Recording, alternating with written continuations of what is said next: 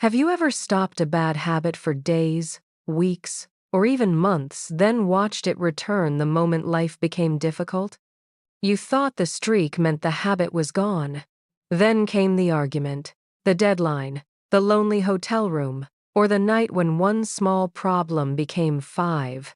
Suddenly, the old behavior felt less like a choice than an emergency exit. Hi, I'm Sarah, and this is WiseMind Stories. In the first two episodes, Mara learned to see her habit loop and identify the craving beneath it. But understanding a habit is not the same as replacing one. The power of habit describes a golden rule of change: keep the old cue, preserve the real reward, and insert a different routine. That sounds almost too simple. Tonight, we will see why it is not, and why a new routine often survives ordinary days but collapses under extraordinary stress unless belief has somewhere to live. Because old habits do not vanish when life gets better. They wait for the day life gets worse. At 11:48 on a Sunday night, every BrightCart order in Rivergate disappeared from the dispatch screen. 912 deliveries were still moving through the city. Drivers had addresses, customers had confirmation messages. But inside headquarters, the map was empty. Mara woke to Nia calling her name through the phone. We lost live routing. Mara was out of bed before the sentence ended. Her new evening ritual, the red notebook, the closing message, the phone in the hallway had worked for 17 days. It did not survive 17 seconds of crisis. She carried the phone into the bedroom, opened 4 dashboards, and joined the emergency call. She told Daniel she would be downstairs for 20 minutes. At 1:10 a.m., she was still at the kitchen table. At 2:45, live routing returned. At 3:20, after everyone agreed the incident was stable, Mara kept refreshing the map. At 4:05, Daniel found her staring at a screen that had not changed in 40 minutes. Is it still broken? No. Then what are you doing? Mara did not know. The emergency was over. The routine was not. She slept for 90 minutes, missed breakfast with June, and arrived at the office carrying the particular shame of someone who believes one difficult night has exposed every earlier success as fake. Her red notebook looked childish now. She pushed it into a drawer. That afternoon, Nia placed it back on Mara's desk. 17 days, Nia said. And one night, to ruin it. That is not what happened. I went straight back. Of course you did. The old routine had a job.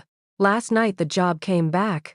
Mara's original loop was built around uncertainty. The cue was the feeling that something important might be unresolved. The routine was checking data. The reward was a temporary sense of control. Her closing ritual worked on normal nights because it gave the day a believable ending. But during an actual outage, writing worries on a card could not deliver the reward she needed. The situation required real action. The failure came later. When the system recovered, Mara had no clear routine for recognizing that the emergency had ended. The cue remained. The reward still mattered. So the oldest routine reclaimed the space. This is why just stop is incomplete advice. The routine may be harmful, but it is rarely unemployed. Late-night eating may provide comfort after a day of restraint. Angry messages may provide release after feeling ignored. Avoidance may protect you from the moment you could discover you are not yet good at something. Compulsive work may provide certainty when relationships feel ambiguous. If you remove the behavior without replacing its function, the cue still arrives carrying the same request. What job is your bad habit doing? What reward would still matter even if the routine disappeared? What have you tried to eliminate without building a believable substitute? And what happens when stress makes the old route feel faster than the new one? The golden rule of habit change does not promise that every habit is easy to alter, or that serious addiction can be solved with a clever substitution. Some patterns require clinical care, medication, structured treatment, or sustained social support. The principle is a map, not a guarantee. Keep the cue, keep the reward, change the routine. Mara began by reconstructing the outage. At midnight, uncertainty was appropriate. Refreshing the dashboard helped identify the failure. At 2:45, the system returned. At 3:20, the team declared stability. That was the missing transition. The cue had changed, but Mara's body had not received the message. Together, she and Nia designed a replacement routine for crisis nights. When an incident was active, Mara could check as often as the role required.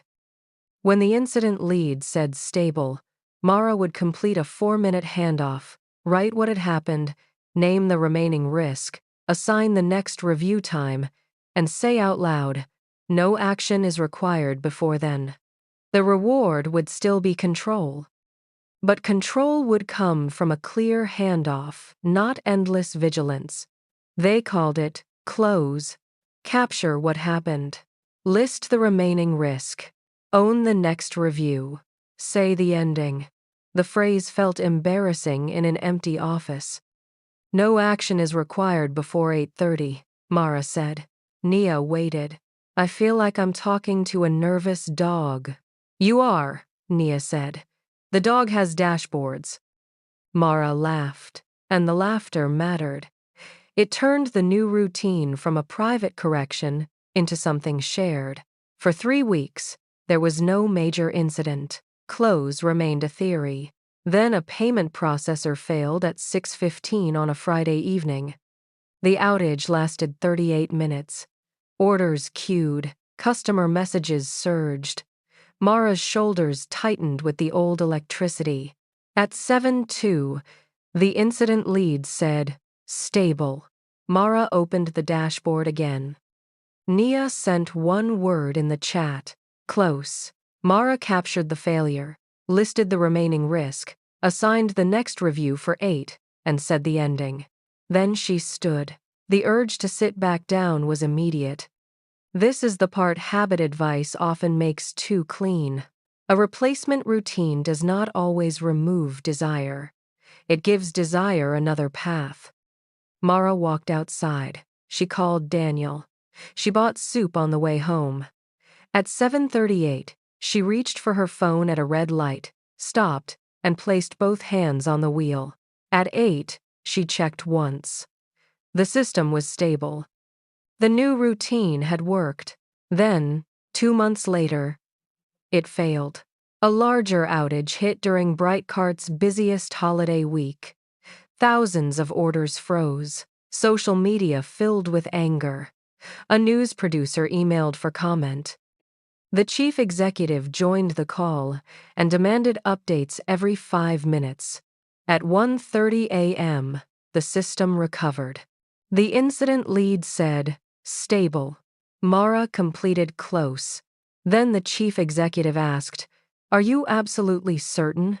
The old loop returned before Mara could answer. She checked until dawn. Why did the routine survive one crisis and collapse in another? Because high stress changes what we believe. On normal days, a new routine can feel reasonable. In a frightening moment, the brain does not only ask whether the routine works, it asks whether you trust it enough to risk not returning to the old one. Belief is not empty optimism. It is confidence built through rehearsal, evidence, and often the presence of other people who can hold the new story when you cannot. Mara had practiced close with Nia, but the moment authority questioned her certainty, she stopped believing the handoff was safe. The next morning, Mara expected Nia to say they needed a stronger protocol. Instead, Nia asked, "Who else knows the routine?"